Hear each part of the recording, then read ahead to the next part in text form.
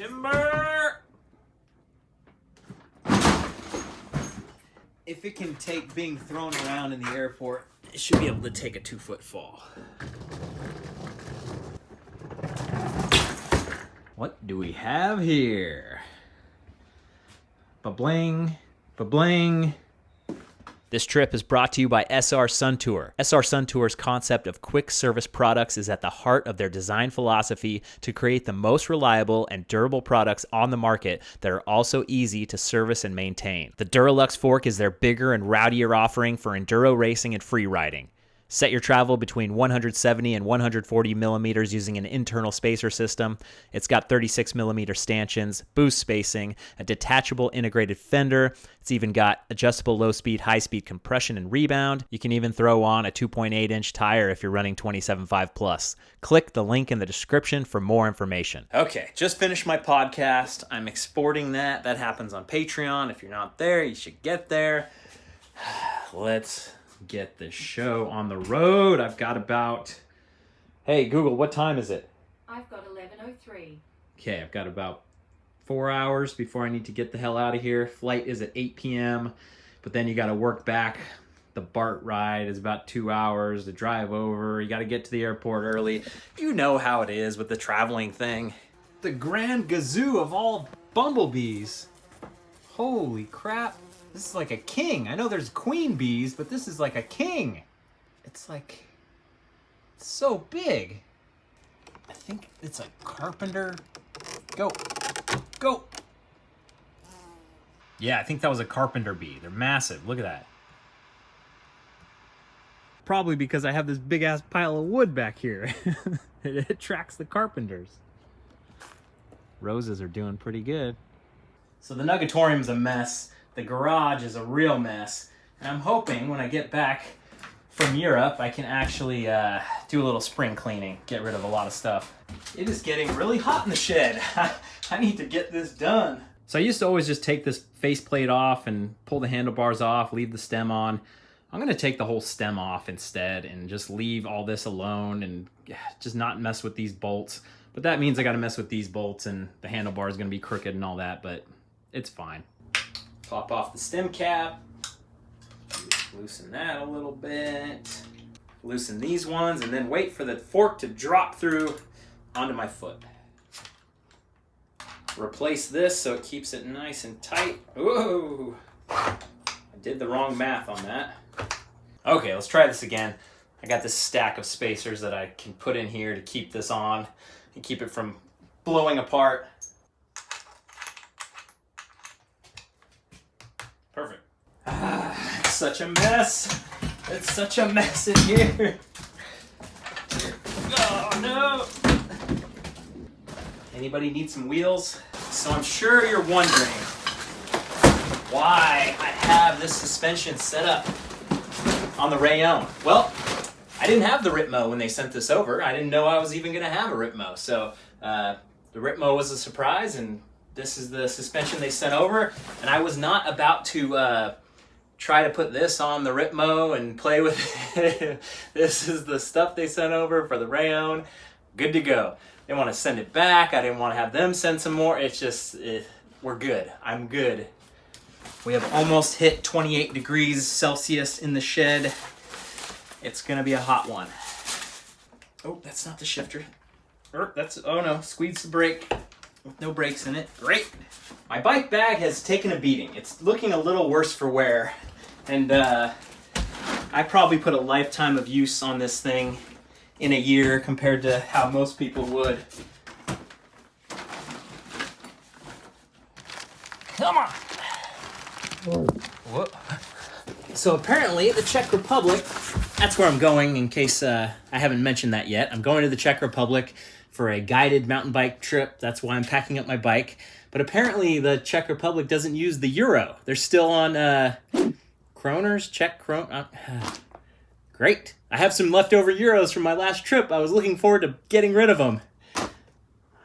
I'll just have to keep going back to Europe.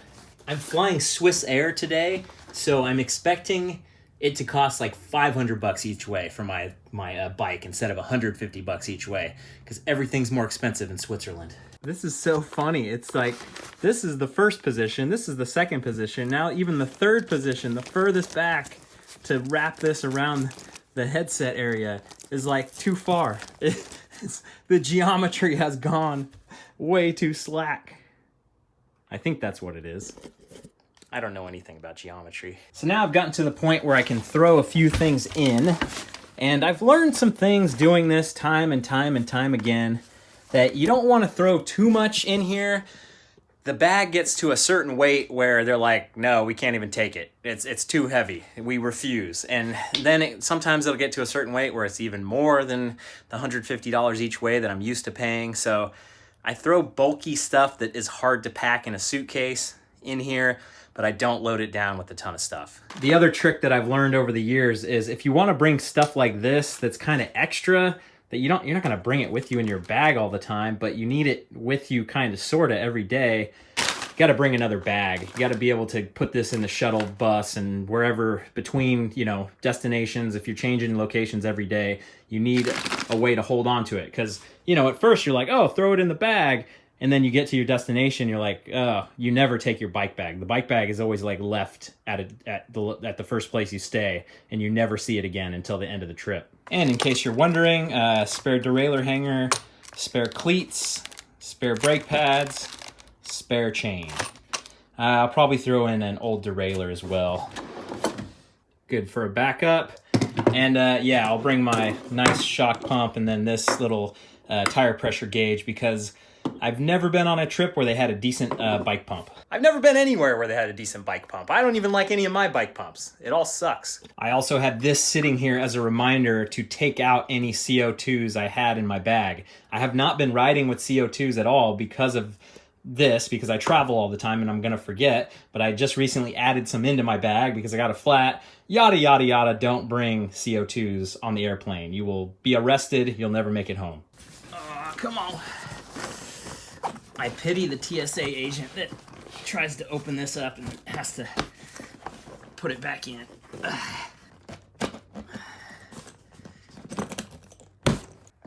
It's lunchtime. Whew. All right, I loaded up the old bike bag here, and I sliced myself horrifically on my stupid pump. After I was complaining about all pumps suck. It's like the worst cut I've ever had. Great, now I'm gonna have to bring a bunch of these because this is gonna bleed through in an instant. My suitcase feels way too heavy too. Great.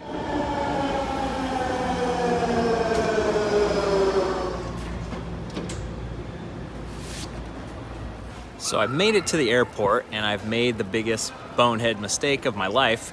I forgot my passport. So my brother's bringing me the passport, and hopefully he'll get it to me on time. I could easily cut this stuff out, but I'm willing to take the beating from the comments because I just checked the comments. I hadn't checked my comments in like 5 days, and it was all super positive stuff from people talking about weight they lost and quitting their job to focus on their mental health and stuff. So I'll just keep it real with you guys. Oh dear God. Do you have enough battery to get home? 72%. Well, my brother's my hero. I made it through security very easily. TSA pre-check usually isn't on international flights, but TSA pre-check right through. Maybe she added it on just to get me through. But, oh, okay, hour and a half to go. Whew. I had a really good airport meal here last time, pre-flight, and I'm actually not sure if it was here or not now. I gotta go look and see if they have the same food I'm looking forward to. Yes, there it is. Dumpling noodle soup. Oh yeah, should have asked him to hold the cilantro. Oh, so happy right now.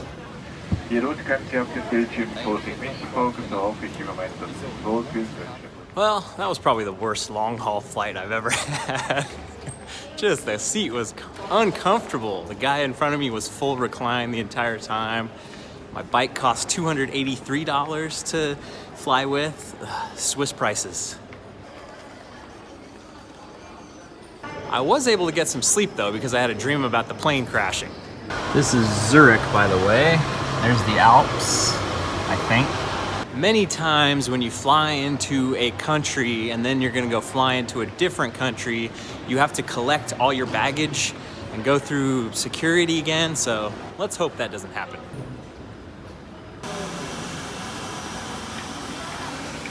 So I made a little checklist, a packing checklist while I was on that flight. I just grabbed 2,000 Corona. This is about $100, which means it's gonna be hard to split the bill and pay for stuff. This is the spot. I've made it to my room in the cloak of darkness, and one of like the European things is you gotta put your room key in this thing and that turns on the power to actually be able to operate in your room. I'm venturing out into the darkness to find some food. There's nothing at the hotel. There's a vending machine at the hotel, but hopefully I could do a little bit better. I think I found a restaurant.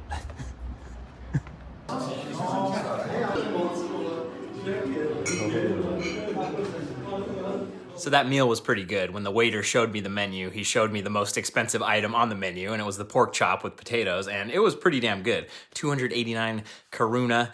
I gotta make sure, I don't know if it's Corona. I'll talk to people tomorrow and actually figure that out. It has been a long day, and this shower is looking pretty dang good. Look at this fancy thing. I'm gonna hop in this, and tomorrow, I think we're gonna start riding tomorrow. If not, we won't, whatever. I hope you guys join me whether or not we start riding. I hope you enjoyed a little bit of culture. I'm gonna make sure I get some riding in, make sure I get some culture in. I know you all like it, so thanks for watching, you guys. I'll see you on the trail.